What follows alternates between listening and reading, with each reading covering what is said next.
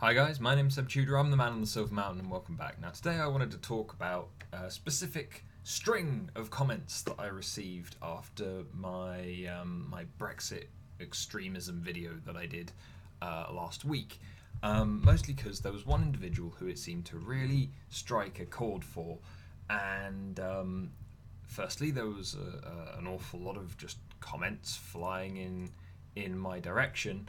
But also, I just wanted to kind of, for the sake of discussion and putting points across, as I have said all along, I wanted to bring up his points that were made and discuss them, and also kind of point out where I feel that maybe this individual hasn't completely got on board with a lot of things that maybe would make more sense to the average person. But anyway, this individual was rather appropriately named Mr. Furious, and the first comment that he left on that video was this: "It's a silly poll because I believe the UK economy will thrive outside the UK, but the option wasn't offered. There may be short-term difficulties, but economics face chicanes routinely. Our jobs market will change. It might be neutral. The poll was hypothesizing Bramona outcomes. I don't anticipate them because something. It's a fear campaign in a poll. In my opinion, sorry, it's a fear campaign in a poll. Now, first off, I would take kind of the point if he was saying that it wasn't a big sample size, because it wasn't the hugest of sample sizes, but considering that most social collectives are probably around 250 people on average, and in terms of people's direct social networks, and the companies that a lot of people work for in the UK tend to be somewhere between 250 people or less, or like 300 people or less. They're not big multinational, big corporations and things. Having the thousands of people that they had respond, and the numbers that they kind of collated from that, it's somewhat representative. Maybe not the most representative, but somewhat representative. But the thing that stands out to me is that you're saying it's silly, and yeah, it's all based around your opinion. It's I believe. Well, okay, that's fine, but belief isn't fact. Belief isn't knowing. None of us can really know, and it all comes down to adaptation in the end.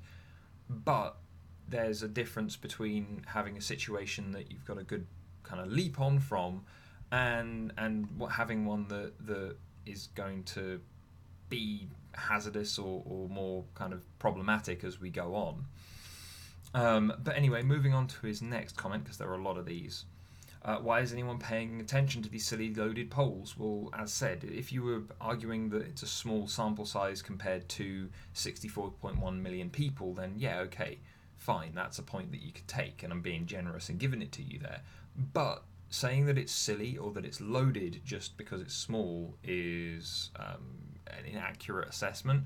And then on top of that, coming in and saying that it's silly and loaded just because it's your opinion,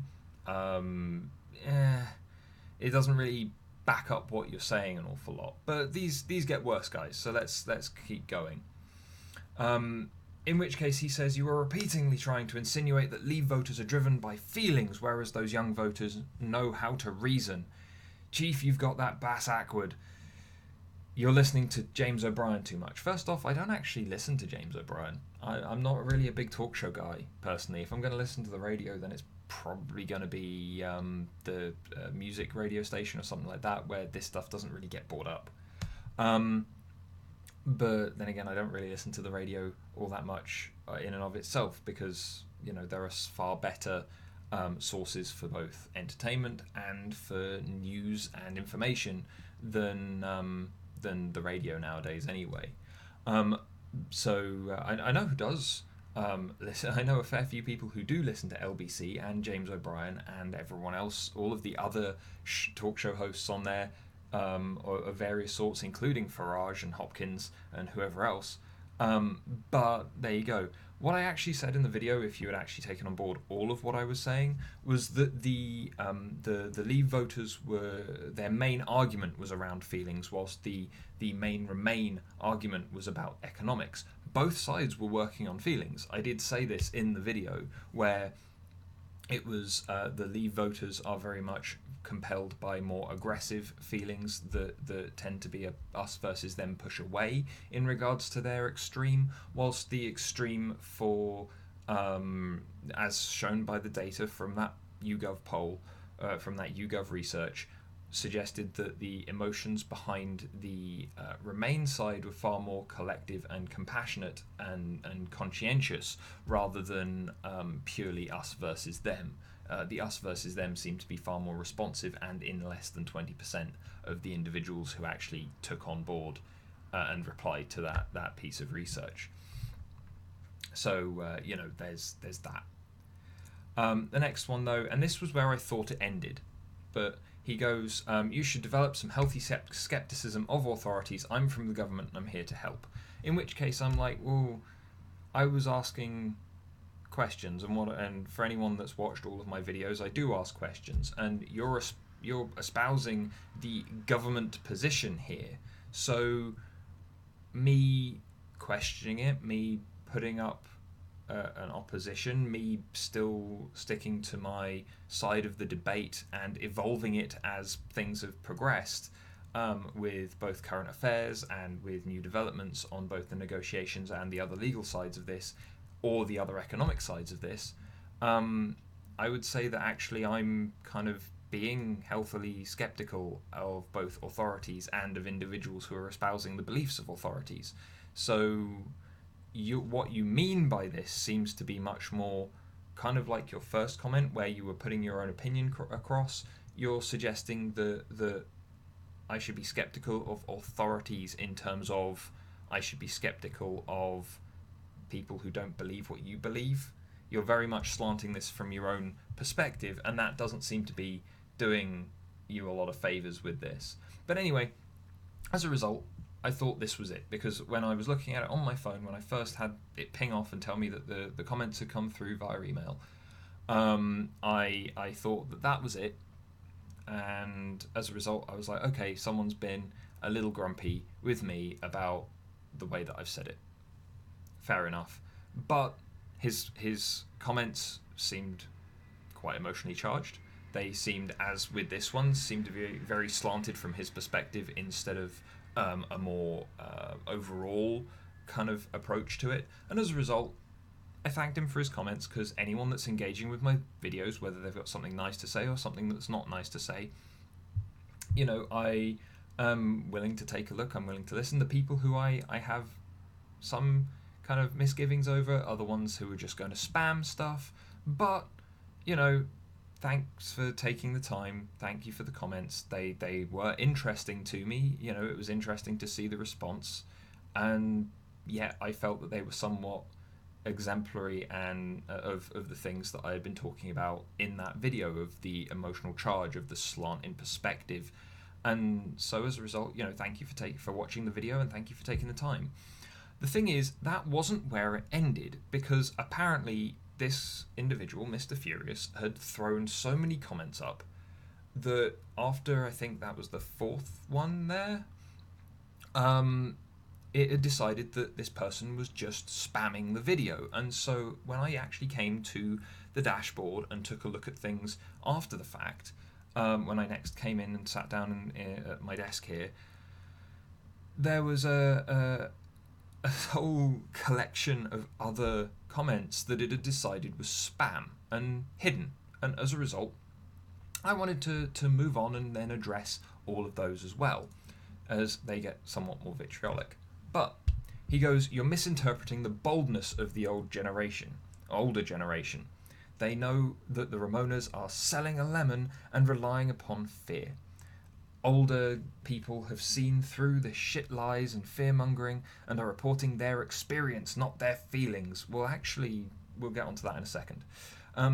Actually, it's the other way around. The inexperienced voters have only their fear to guide them. We have our older folks are teaching them boldness. And it's like, okay, Boldness, right? Okay, so you guys are teaching us boldness by giving up control, political control, on an international level and on a trade level, and hiding on our little island.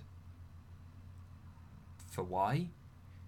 Boldness is about going out, being strong, outgoing, adaptable, brave in the face of adversity, not running away when it's just hard to talk to someone, which is basically what Brexit is. It's hard to talk to the EU, it's hard to get change, it's hard to make our agreements and arrangements the way that we would necessarily like them. And so we're running away from them, giving up control, giving up power, and so on and so forth. But when you say selling a lemon and relying on fear, it was the Leave campaign that was found to be lying about fairly significant number of its various promises. For example, the 350 million on the slapped on the side of a bus that they said would go towards the NHS and never happened. The direct contradictions of a lot of things that kept going on and on and on and so on and so forth, where now you've got people like, I think his name's Michael Dugan, I think he's on YouTube as well, but he went and did a year on my legal predictions now made reality in Brexit, and that was an interesting thing to look at. But also, talking about experience, the interesting thing about experience is that experience tends to be very emotionally based, and furthermore, where older people tend to throw I've got experience. Well, yeah, but also experience is a really weird thing, because you can gain more experience of life in general from one very short incident, whenever you are in life, than you can gain from an entire life of mundanity. And so as a result, saying that they're reporting their experience and not their feelings still suggests that they're putting across their point of view from their emotional standpoint. And talking of experience of the older generation, if you're really thinking about it clearly and interestingly, then let's address some of the history around the UK in the EU, because it all started off with around the 1958, where our economy was starting to suffer, the EU economies were starting to pick up, and then in 1961 you had Britain applying to join the recently created EEC, which was initially refused, and the UK had to apply several more times, and also one of the first times it was supposedly laid down that there were impossible conditions put forward for the Britain to enter the EEC.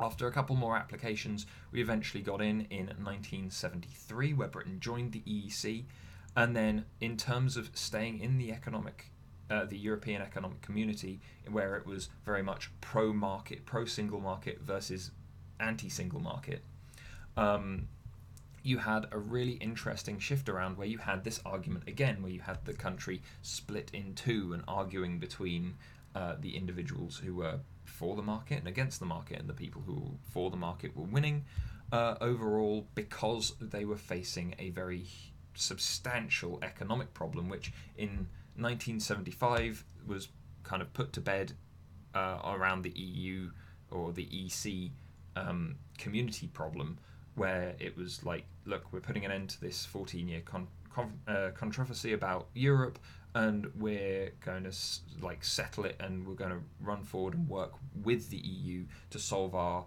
economic crisis. Now, the year after that, the UK had to apply to the International Monetary Fund for the largest loan at the time that had been put forward, which was about 4 billion, I believe, and due to how much the UK was suffering and had been suffering for quite some time. The thing is, then we take a look at numbers that have been kind of put forward from various sources.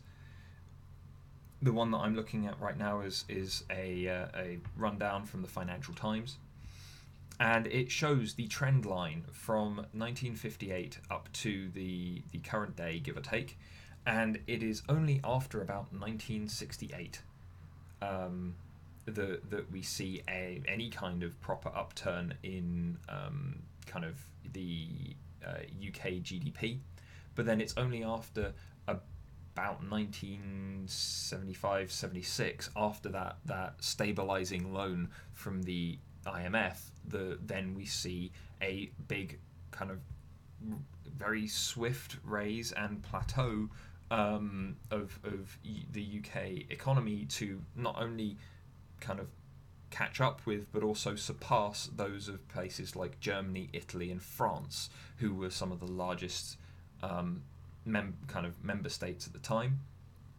Furthermore, moving on from that though, it also boosted trade, rather unsurprisingly, with trade growing in the UK in and around 1973 far faster than others, thanks to the European free trade area being established and us being able to take part in it, us having things that we could actually put out there.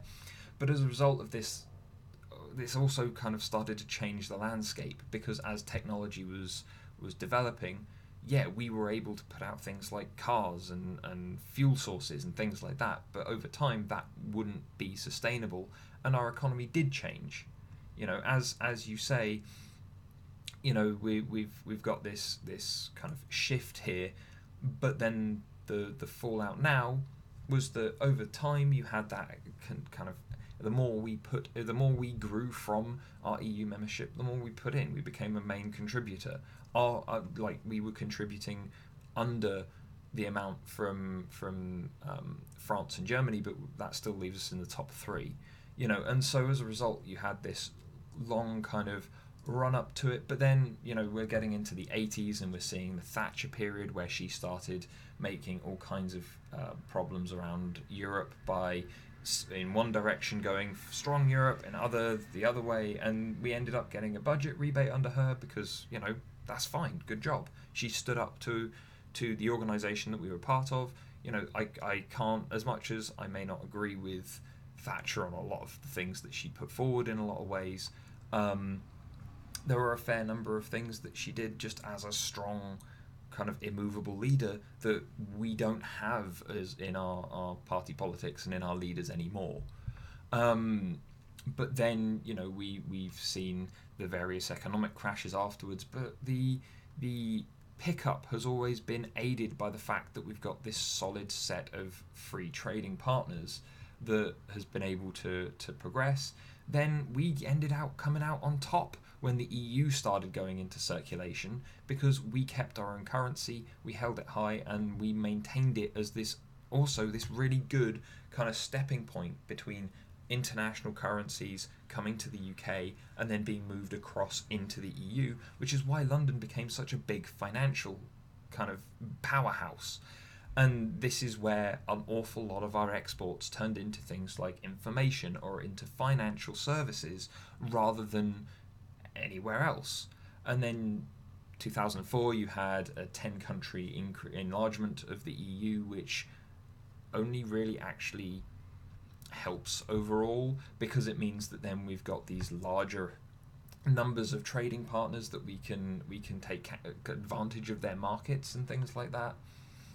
But then it all started to kind of break down after about 2006, 2007, where the scapegoating started, where our leaders weren't standing up to the EU in the way that previous leaders had to ensure a proper working relationship that both maintained our standing with Europe, maintained our control within Europe, and then also allowed the people living within the UK to continue to function without a problem. So it's a very interesting thing there. But anyway, you say fear, and there was fear on both sides. There was fear from one side about losing sovereignty and having their feelings hurt and things like that. And then you had the other side with Remain going they were scared for their futures based on data, and then they were also scared for those around them in a compassionate way. So it's just the difference there. So the fear is still there on both sides. I'm sorry, but the experience angle that you're trying to take to give you some kind of authority, it doesn't really, especially not with any substantial background or data to back what you're saying off of. But anyway, We more experienced voters know that the EU fucks job prospects for the young. Witness the youth unemployment in Mediterranean. We've seen it. This poll is meaningless because its scenarios are fucking dumb. The EU is not a scapegoat; it's the enemy. Okay, now this is an interesting set of things, because now you're making kind of direct claims, and yeah, the problem in and around the Mediterranean, that's a substantial problem, and part of it is EU leaning on the little guy. But we're also an EU member. For all of those things that happened, we were also an EU member state, and we had control, and we had an ability to put things out onto the floor through our MEPs and so on and so forth. And yet none of that was really addressed. It was just a lot of Nigel Farage ranting at people.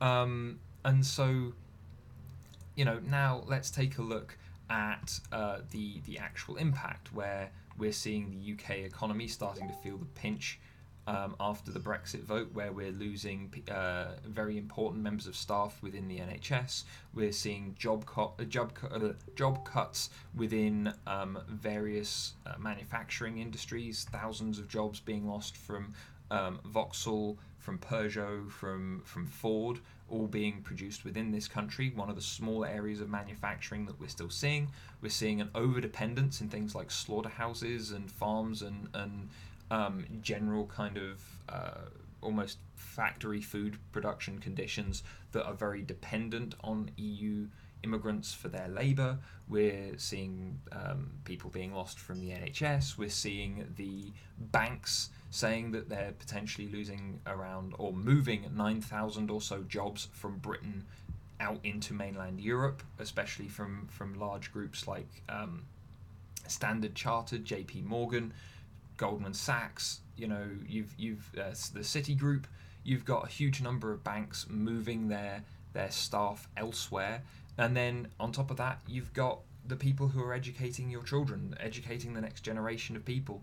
You've got the universities turning around and saying, well, actually, we're losing an awfully large number of people to Brexit. It's the Brexit brain drain, as it's been called in the news, where even the University of Cambridge, such a prestigious university, is losing or just under 200 members of staff as a result of the fact that they are EU nationals, and they are deciding to move away because this country is becoming harder for them to live in, and they will not necessarily be able to properly deal with the fact that they're going to be an awful lot more stipulations and hoops for them to jump through just to do what they've been doing for us all along. And then you're looking at universities across the UK talking about between a few thousand jobs to a few hundred per university. You're looking at 23% of all academics at their universities being EU migrants of one sort or another, with 24,860, according to the Russell Group, reporting that general staff also at universities and within education are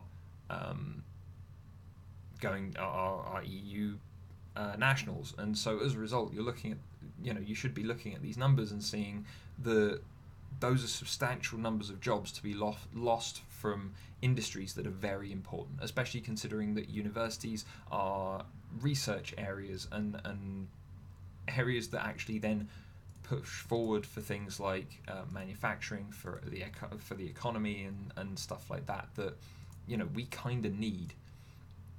And so there you go. And then let's move on to that last point there, because you've talked about your experience before, and we've already been able to say, well, yes, fine, your experience, you're speaking for a very large number of people here, but also being an experienced voter, voting in more elections, doesn't mean that the choices that you've made have been great. The country that you're living in right now is one that you have created and cannot be blamed on younger people like myself or younger than myself, because we had no say in it. So this is very much a case of, well, you've made your bed, and unfortunately, though, you're leaving it to us. So hey ho.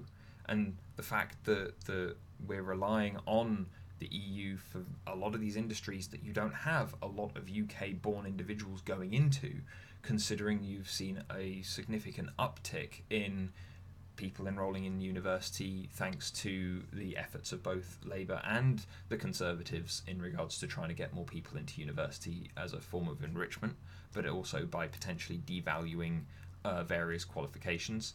You've also seen the rather interesting situation where you've got a lot of individuals who are UK born who do not want to kind of function within the various kind of things laid out for them in regards to entry-level jobs, and so they push on in different directions. But in regards to the EU being the enemy, firstly, the fact that you go, it's not a scapegoat, it's the enemy, that's very us versus them, that's very emotionally charged, that's very tribalist. It suggests a not particularly enlightened mindset on the subject because you aren't seeing nuance. But there was a piece of information put out by Ipsos Mori, the survey people, that was titled The Perils of Perception, and it was done in 2016. And it was in regards to how horribly misinformed the UK is over the EU, which you yourself also, Mr. Furious, seem to be, judging from your statement that it's the enemy. Now, EU immigration was perceived by a lot of people to be around 15% of the UK population, when in fact it's about a third of that. At about 5% of the whole UK population is from EU immigration. People seem to think that, again, somewhere in the region of about 12 to 14% of UK child benefit was being paid to kids living in the EU, or was otherwise to EU national children, when it's less than 1% that is in actuality. The percentage of the budget that the EU spends on admin, lots of people seem to think that was nearly 30%, when actually it's only just about 6%. Because the EU does not need to spend that much on admin compared to its entire budget, considering it's the largest economic bloc on Earth. But then lots of people seem to think that maybe 30% of all international investment coming into the UK came from the EU, when actually it's much closer to about 50% of all international investment coming into this country comes from the EU, which means that, quite frankly, all of those other people, all those other countries that you're thinking about trading with, or that you think would invest in our tiny island with our lack of manufacturing, our lack of natural resources, and so on and so forth, they're not going to do a lot. But a lot of people seem to think that China was a big player, suggesting that China put 20% of our overall international investment into this country, when actually it was only about 2% comes from China. So again, your perceptions of them as the enemy when they are putting half of the money from international investment into this country, you seem to be somewhat misinformed, I'm afraid. Apparently, I'm a James O'Brien acolyte. I didn't realise that James O'Brien was any kind of religious or cult leader. I think he's just a radio host. It maybe is a different James O'Brien, but at the same time, no, I'm not. I don't listen to him on the radio. I as I've said earlier on. Next one, Chief, the referendum was binding. You can try to pretend it wasn't. You are sounding more like a Bramona as your presentation goes on. Well, fine. I'm not in favour of Brexit. It's a poorly thought out kind of situation in and of itself anyway, but also, even if there were some things put together that made it make a little bit more sense, I still don't have confidence in our current government to do it. As you said, I should be healthily sceptical of people from the government and people in authority, like the people like yourself who try to take authority without actually presenting any reason why they should have it. But the referendum was binding. Well, let's take a look at this, shall we? And let's start with law, because firstly, there was a lot of confusion before the whole thing kind of panned out, and then afterwards, there were lots of people saying it was an advisory referendum, and lots of people who were saying it was not. And the thing that kind of pans out is that in the European Union Referendum Act of 2015, it said that it didn't say that it had to implement anything. All it said was that it had to fully and entirely have the referendum, which it did. So it was legally bound to have a referendum, but anything that happened afterwards was nothing. It would need a fully codified kind of amendment to Constitution to and of the Act itself to bring that into place. But when it came down to it, the High Court ruled that a referendum on any topic can only be advisory for lawmakers in Parliament. It can only be advisory. And this is where, then, with the court battle that went on, where you had a large number of people taking this and kind of presenting it directly to the UK Supreme Court, it was found that Brexit is not legally binding. The referendum result was not legally binding. It was purely advisory. And as a result, this was why it had to be taken to debate in Parliament. It had to be brought before the House of Commons and put through process through the House of Lords, and it had to run through all of the normal things because it was not legally binding and needed to be fully approached and appreciated by the representatives of the people, not just granted by the Prime Minister and her government. And so as a result, it's an interesting thing that you say that it was legally binding, it was binding, and it's like, well, no, now the result is being enacted through Article 50. Article 50, that's binding but can be repealed. As has been mentioned an awful lot more recently. But hey-ho. Moving on, next comment. Why are you making silly points about non-binding if you are not ultimately trying to convey an anti-Brexit propaganda message? Well, because I'm making a point for context in regards to the two differing sides and where this information has come from. You know, adding context is a very important thing to flesh out information to inform people. And as a result, that's why I was making those comments in the video about it not being binding, but people like yourself obviously very much attaching yourself to the idea that it was. Which again is an emotional attachment, not a logical one, as the logical, reasoned one is one that sits very clearly in law, which, as said, according to both the actual act that forced the referendum to happen, but also the Supreme Court ruling, it was not a legally binding thing. But then he goes, why don't you just start by announcing you're anti-Brexit and then spout all your propaganda? It's not like we haven't already heard it all before, or already heard it. Have you nothing new to say? Well, no, I didn't have anything new to say at that time because you're still watching the same video that you're posting more comments on. Maybe if you tuned into videos of mine in the past and then seen more stuff in the future, you would have seen a progression of my ideas or the progression of the information that I was using, and then also seeing the methods with which I apply myself to information to then present it to others and analyse. But again, I wouldn't say I'm spouting propaganda, considering most of what I'm putting forward is reporting an analysis on the information that has come out from a study that you may consider silly, but is still at least somewhat representative of the kind of zeitgeist between the two different groups. So you know, that's an interesting way for you to kind of push it on me. But again, you're saying that the points around it being non-binding are silly. The Supreme Court in this country would disagree. Brexit is not Theresa May's personal power trip. Now you're making shit up. Brexit is what we voted for. Nothing more, nothing less. You're descending into whiny whinging and a bout of moaning. Do you spout this shit to your father? Have a little more respect. Okay, firstly, in regards to my father and in regards to respect, yes, I do, because healthy conversation has to go both ways, and whether he's my father or not, that healthy conversation has to take place. That's fairly straightforward. We may frustrate each other, but that doesn't mean that I love him any less, and I would like to think it's the same the other way. Respect, I did a video on respect a long time ago. Respect has to be earned. It's very much a kind of transactional currency for interaction and behaviour.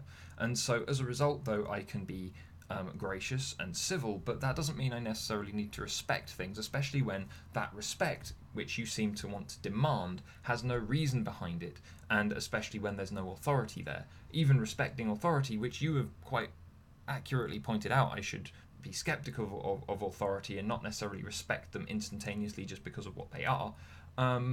It's very much a case of have a little more respect. Well, no, I don't need to. And also, what I say and do between me and myself and my father, and me giving that as an example of the conversations that I have around this topic and the attachment that people have to these topics, that's neither here nor there. That's entirely my business and not yours to comment on, I'm afraid.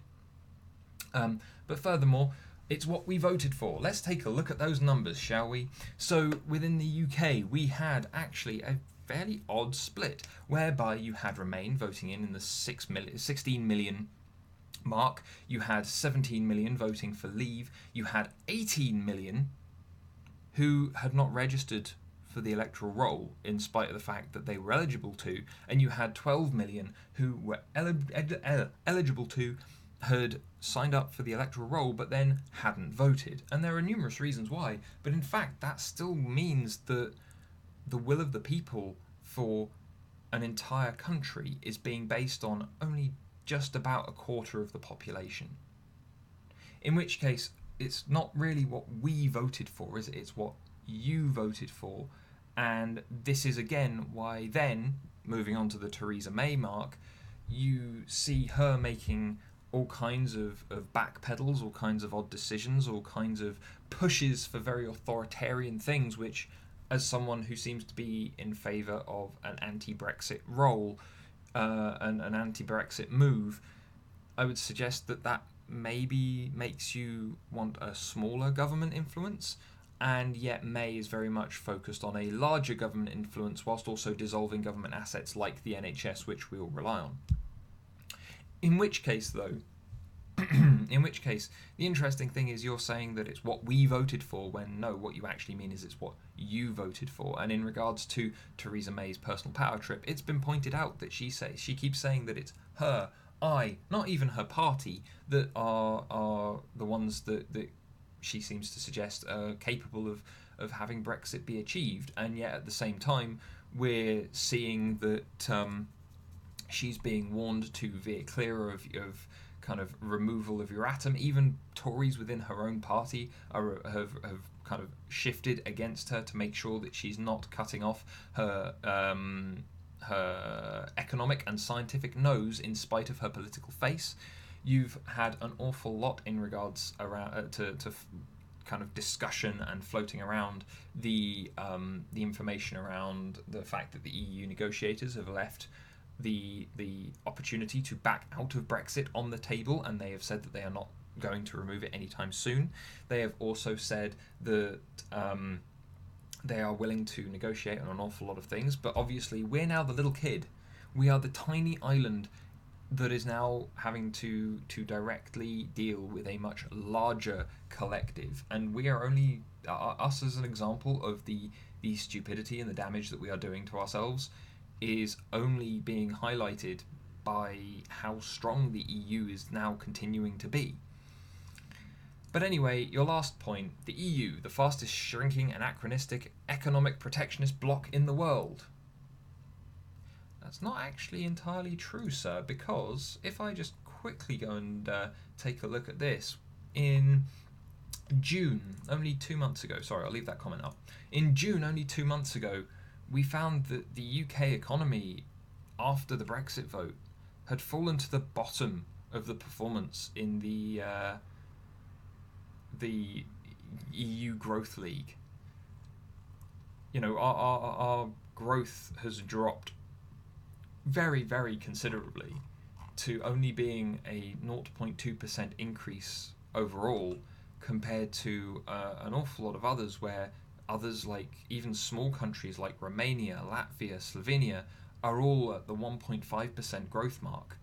You know, and it's the other countries that are similarly seeing a slightly weaker pace are the others that have seen instability recently, mostly France with the mess around their election, where you have Marine Le Pen trying to do very much the same thing as was done over here around Brexit and trying to focus on those nationalistic kind of ideals.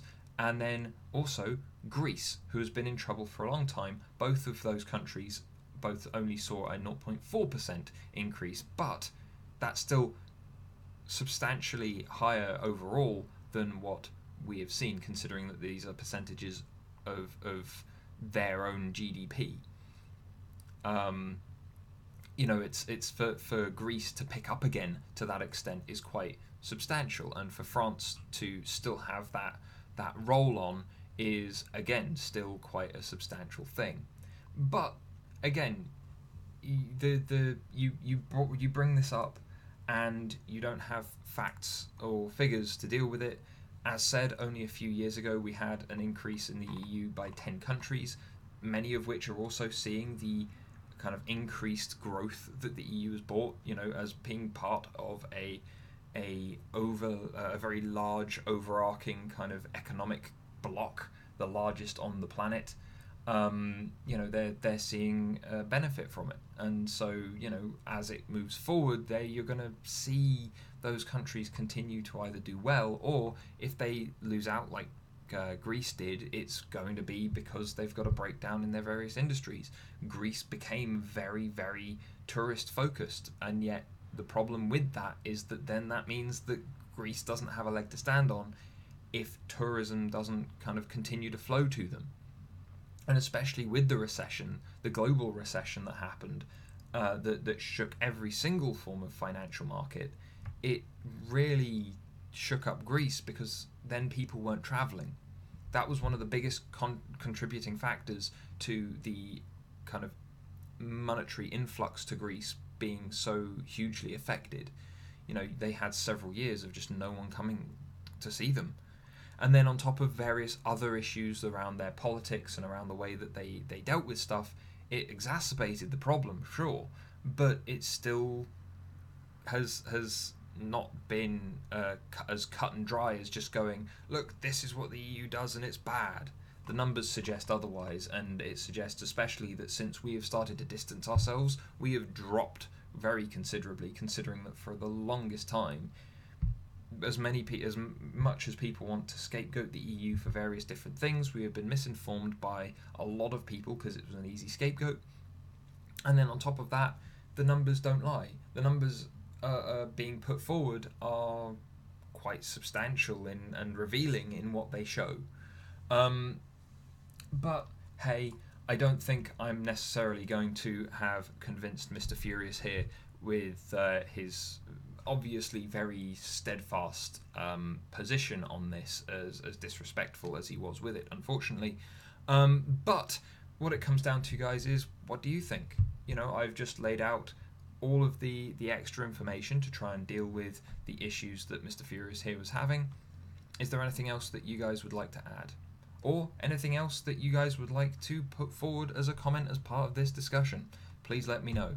Otherwise, thank you very much for watching, guys. Thank you again to Mr. Furious for giving me the extra comments here that allowed me to address, hopefully, his concerns as well as concerns of others with some solid information. I will either look at leaving the links down in the description that I've used, or I might not do that and leave it up to further discussion, and then maybe put more graphics into another video if it really needs it. I mean, I've put graphics into other videos in the past. I've done a fairly significant amount on Brexit since I started this channel. It comes up almost once or twice every single time I do a month in review, and so I don't really know if I need to go over it to that extent again. But either way, thank you very much for watching, guys, and I'll see you in the video tomorrow. Take care. Thank you very much for watching, guys. If you found this at all interesting, then please drop us a like, share this video, and subscribe for more, and I'll see you in the video tomorrow. Take care.